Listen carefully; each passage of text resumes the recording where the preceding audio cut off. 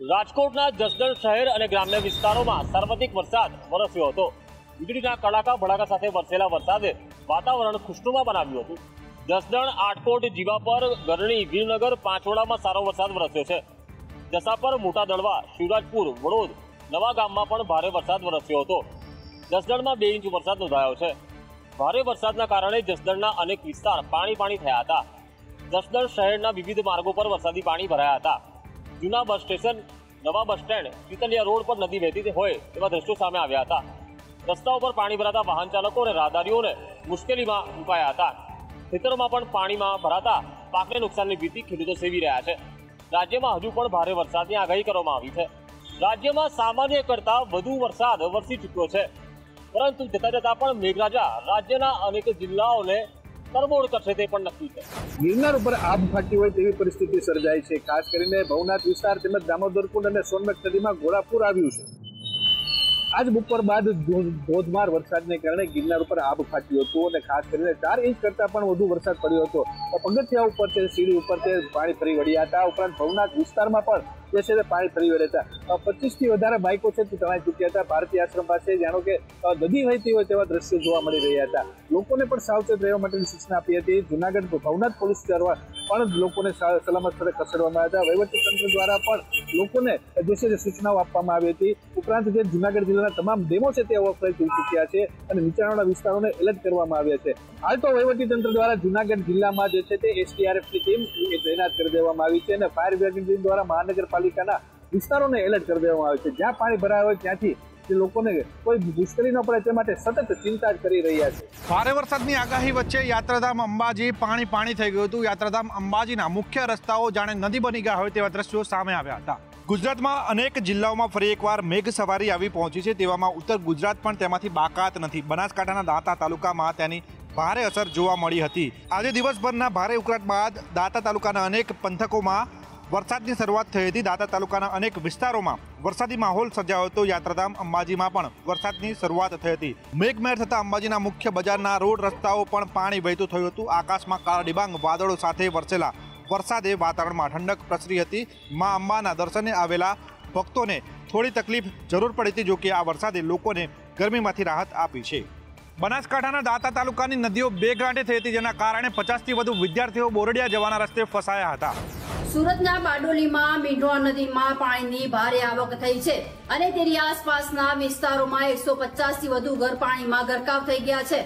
ઉપરવાસમાંથી ભારે વરસાદને કારણે પાણીની આવક થતા બારડોલીથી પસાર થતી મીંઢોળા નદી તોફાની બની છે। સ્થાનિક વરસાદ અને તાપી જિલ્લાના ઉપરવાસમાં ભારે વરસાદને લઈને ઉકાઈ ડેમ બાદ ડોસવાડા ડેમમાં પણ પાણીની આવક વધી રહી છે, જેથી મીંઢોળા નદી ગાંડીતુર બની છે।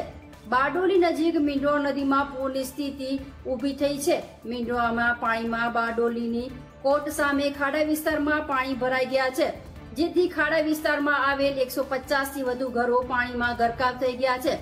લોકોના ઘરોમાં પાણી ઘૂસી જતા ઘર વખરીને ભારે નુકસાન થયું છે અને આ વિસ્તારમાં હજુ પાણી ઓસરે તેવી સ્થિતિ નથી અને આ લોકો સરકારી સહાય પર નભી રહ્યા છે।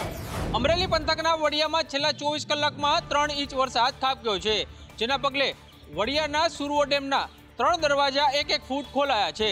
બીજી તરફ વડિયામાં ભારે વરસાદને પગલે ઉજળા ગામમાં સ્થિતિ વણસી છે। ઉજળા ગામની કમોત્રી નદીમાં ગાયો તણાઈ છે। ધસમસતા પ્રવાહમાં 6 થી 7 ગાયો તણાઈ હોવાની ઘટના બની હતી અને વડિયા સંગીત પંથકમાં રાત્રિમાં મુસળધાર વરસાદને પગલે સુરવો નદી બંને કાંઠે વહી છે। લોકોને આ વિસ્તારમાંથી અવર જવર કરવાની મનાઈ ફરમાવવામાં આવી છે।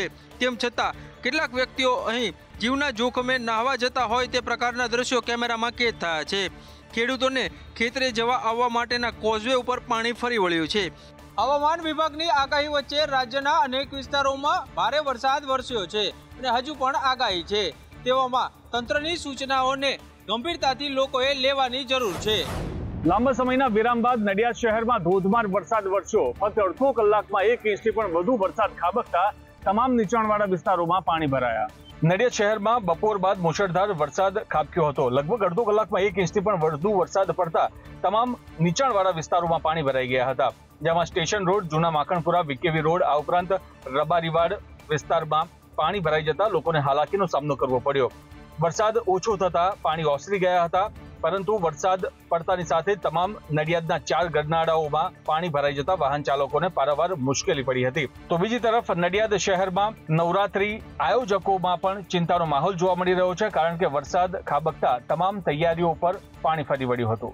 નડિયાદ શહેરમાં અડધો કલાકમાં 1 ઇંચથી વધુ વરસાદ ખાબકતા નવરાત્રીના આયોજકો દ્વારા કરવામાં આવેલ તમામ તૈયારીઓ ઉપર પાણી ફરી વળ્યું. બોટાદના બરવાળાના ખાંભડા ડેમ ઓવરફ્લો થયો છે. ડેમ ઓવરફ્લો થતા ડેમનો એક દરવાજો 0.37 મીટર સુધી ખોલવામાં આવ્યો છે. ડેમમાં 150 ક્યુસેક પાણીની આવક સામે 150 ક્યુસેક પાણી છોડવાનું પણ શરૂ કરાયું છે. આ ડેમમાંથી ઉતાવળી નદીનું પાણી છોડવામાં આવ્યું છે, જેના પગલે અનેક જે નીચાણવાળા વિસ્તારો છે તેને એલર્ટ આપવામાં આવ્યા છે. ખાંભડા, બેલા, ટીમલા, કુંડળ, બરવાળા, નવા નાવડા, જૂના નાવડા, વાઢેડા સહિત ગામોને એલર્ટ કરાયા છે. સતત પાણીની આવકના પગલે અને ડેમ ઓવરફ્લો થવાની સ્થિતિના પગલે આ વખતે આખા વર્ષ સુધી સ્થાનિકોને પીવાના પાણીની કે સિંચાઈના પાણીની ચિંતા નહીં રહે તે નક્કી છે.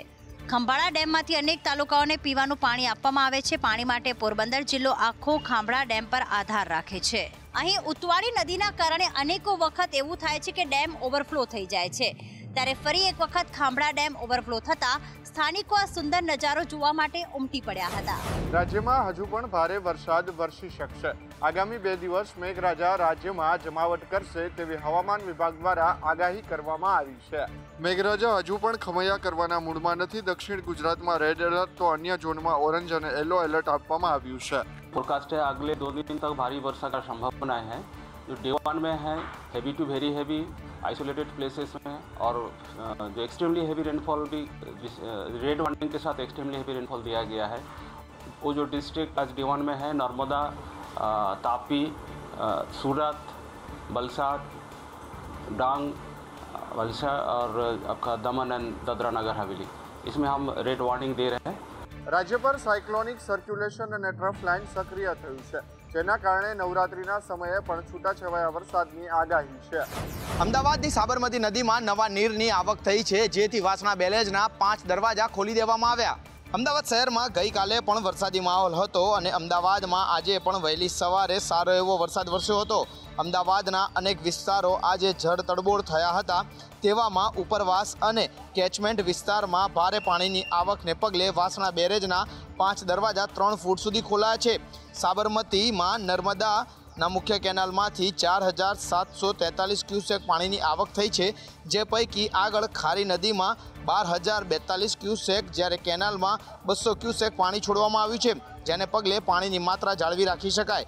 આ પાણીની આવકને પગલે વાસણા બેરેજની સપાટી 132 ફૂટે પહોંચી હતી.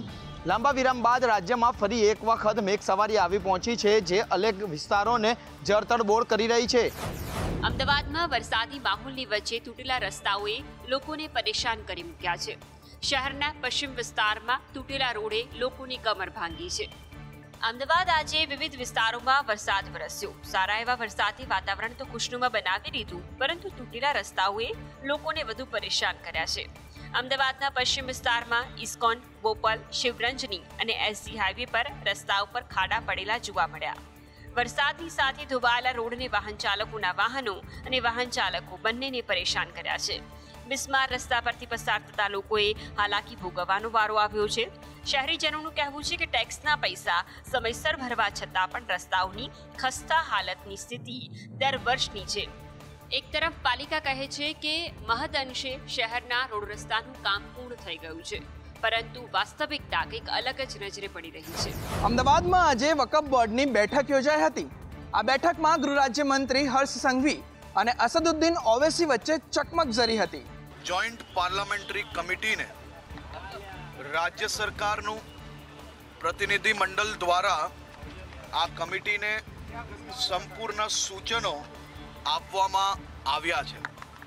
જેપીસીના નિયમ પ્રમાણે સૂચનોના વિગતો આપણે શેર નથી કરી શકતા, પરંતુ પ્રત્યેક નાગરિકોના હિતમાં એમેન્ડમેન્ટના રાજ્ય સરકારના તમામ સૂચનો આજે આ જેપીસી કમિટીને રાજ્ય સરકાર દ્વારા આપવામાં આવ્યા છે. મારા રાજ્યના પ્રત્યેક નાગરિકોના હિતમાં જે વિષયો હતા એ મૂકવાની જવાબદારી મારી જે હતી એ મેં અદા કરી છે રાજ્ય સરકાર દ્વારા. રાજકોટના હીરાસર એરપોર્ટનું નામ બદલવાની માંગણી કરવામાં આવી છે. એરપોર્ટનું નામ કેશુભાઈ પટેલ એરપોર્ટ કરવાની માંગ છે. રાજકોટમાં નવનિર્મિત હીરાસર એરપોર્ટનું નામકરણ કરવાનો મુદ્દો વધુ ગરમાયો છે. હવે રાજ્યસભાના સાંસદ પરિમલ નથવાણીએ આ મુદ્દે એક પોસ્ટ કરી છે. પરિમલ નથવાણીએ સોશિયલ મીડિયા ઉપર પોસ્ટ કરી હીરાસર એરપોર્ટને પૂર્વ સીએમ કેશુભાઈ પટેલનું નામ આપવાની રજૂઆત કરી છે. તેમણે કહ્યું કે કેશુભાઈ પટેલ સૌરાષ્ટ્રના નેતા હતા અને તેમને આ માન તેમના વારસાની જાળવણી સમાન હશે. પરિમલ નથવાણીએ કેશુભાઈ પટેલના પુત્ર ભરત પટેલની એ માંગને સમર્થન આપ્યું છે, જેમાં ભરત પટેલે રાજકોટના એરપોર્ટને કેશુભાઈ પટેલ નામ આપવાની માંગ કરી હતી. રાજકોટમાં નવનિર્મિત હીરાસર એરપોર્ટ જ્યારથી બન્યું છે ત્યારથી કોઈને કોઈ બાબતે હંમેશા ચર્ચામાં રહ્યું છે. ભલે પછી તે એરપોર્ટની જમીનનો મુદ્દો હોય, ઇન્ટરનેશનલ ફ્લાઇટ શરૂ કરવાનો મુદ્દો હોય, રાજકોટનું હીરાસર એરપોર્ટ ફરી એક વખત ચર્ચાની અંદર આવ્યું છે ને આ વખતે નામકરણનો મુદ્દો ચર્ચામાં છે. ભાવનગરના મહુવાથી ચાલતી હની ટ્રેપનો પર્દાફાશ થયો છે, જેમાં એક દંપતીની સંડોવણી ખુલી છે. પત્નીની મદદથી પતિ જ અલગ અલગ લોકોને શિકાર બનાવતો હતો. આરોપીએ અત્યાર સુધીમાં 30થી વધુ લોકોને પોતાની ચુંગાલમાં ફસાવ્યા હતા અને તેમની પાસેથી લાખો રૂપિયા પડાવ્યા હતા. લોકોને ફસાવીને અંદાજે 5 કરોડ આવી રીતે જ હની ટ્રેપ થકી જ પડાવ્યા હોવાનો ખુલાસો થયો છે. મારતા હતા બહુ, પછી મેન્ટલી ટોર્ચર બહુ કરતા હતા કે આમ તારે કરવું જ પડશે અને તું નહીં કરીશ તો તને મારી નાખશું, અને એવી રીતે ટ્રાય પણ એ લોકોએ કરેલી હતી. મને એમ કીધું કે તારે આવી રીતે આમ બોલાવીને આમ કરવું પડશે, તું ફોન કરજે, બોલાવજે, આવી રીતે. પછી એની પાસે નો એ લોકો સહમત થાય તો તારે એની ઉપર કેસ કરવો પડશે, ને જો તું નહીં કરીશ તો તને મારી નાખશું, દવા બી જશું, પીવડાવી દઈશું, એવી અલગ અલગ આમ ધમકી આપતા. મહિલાએ પતિ, દિયર સહિત 10 લોકોની ગેંગ સામે ફરિયાદ નોંધાવી છે. અમદાવાદ પોલીસ કમિશનરની કચેરી ખાતેથી હવે ભાવનગર પોલીસને ફરિયાદ ટ્રાન્સફર કરવામાં આવશે. વડોદરાના અગોરા મોલના ક્લબ હાઉસ પર દાદાનું બુલડોઝર ફર્યું છે.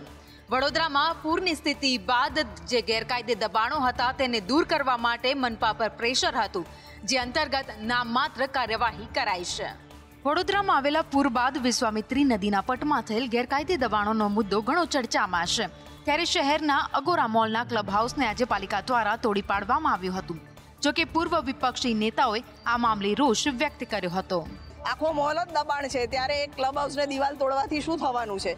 અમારી માંગણી એ છે કે તમામ જે રિસ્ટ્રિક્ટેડ ઝોનના ઝોન ફેર કર્યા છે એની જ્યુડિશિયલ તપાસ થાય, તમામ રિસ્ટ્રિક્ટેડ ઝોનની રજા ચિઠ્ઠીઓ રદ થાય અને વિશ્વામિત્રી નદી એની ઓરિજિનલ કન્ડિશનમાં આવે. હવે જોવાનું એ છે કે અગોરા મોલના દબાણને દૂર કર્યા બાદ અન્ય કયા દબાણોને દૂર કરીને વિશ્વામિત્રીના પટને ખાલી કરવામાં આવે છે.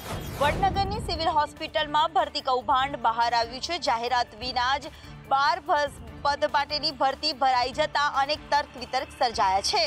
મહેસાણાના વડનગરની સિવિલ હોસ્પિટલમાં મોટી સંખ્યામાં દર્દીઓ સારવાર કરાવવા માટે આવતા હોય છે. ત્યાં સારવાર આપતા ડોક્ટર, નર્સની ભરતી એક ચોક્કસ નિયમ પ્રમાણે થતી હોય છે, પણ અહીંયા તો કોઈ પણ પ્રકારની જાહેરાત આપ્યા વગર જ 12 પોસ્ટ ભરાઈ ગઈ હોવાનું અને કૌભાંડ આચર્યા હોવાનો ખુલાસો થયો છે. એજન્સી પર દબાણ કરીને આ પોસ્ટ ભરી દેવામાં આવ્યું હોવાનું સામે આવ્યું છે.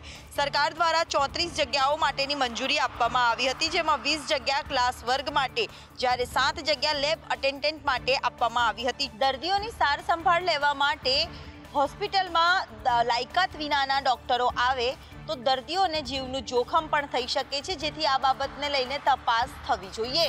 અમદાવાદની શાન ગણાતી એએમટીએસ બસ કે જેના દ્વારા હજારો સ્થાનિકો રોજ બરોજ મુસાફરી કરે છે, તે બસો થકી 6 વર્ષમાં 72 વ્યક્તિઓના જીવ ગયા છે.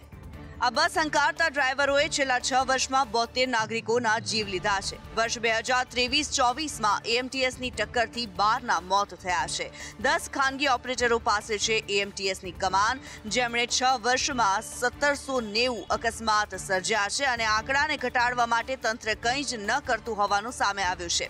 તંત્ર માત્ર પેનલ્ટી વસૂલ કરીને સંતોષ માની લે છે, પણ કોઈ નક્કર કાર્યવાહી નથી કરતું. બસના ડ્રાઈવર અને કંડક્ટરના ઉદ્ધતાઈ ભર્યા વર્તનથી લોકો પહેલેથી જ પરેશાન છે. તેવામાં કોઈ નક્કર કાર્યવાહી થાય. શહેરીજનોનું કહેવું છે કે બસ ડ્રાઈવર અકસ્માત બાદ બસ મૂકીને ફરાર થઈ જાય છે, ત્યારે એ ઓપરેટર વિરુદ્ધ પણ કડક કાર્યવાહી થવી જોઈએ. નવરાત્રી પર્વને લઈને પોલીસ દ્વારા માર્ગદર્શિકા જાહેર કરવામાં આવી છે, જે પ્રમાણે રાતના 12 વાગ્યા સુધી જ ગરબા રસિકો ગરબા રમી શકશે. પોલીસ વિભાગ તરફથી ખાસ માર્ગદર્શિકા બહાર પાડવામાં આવી છે, જેનું પાલન કરવાનું રહેશે. અમદાવાદમાં રાત્રે 12 વાગ્યા સુધી જ ગરબાની મંજૂરી આપવામાં આવી છે.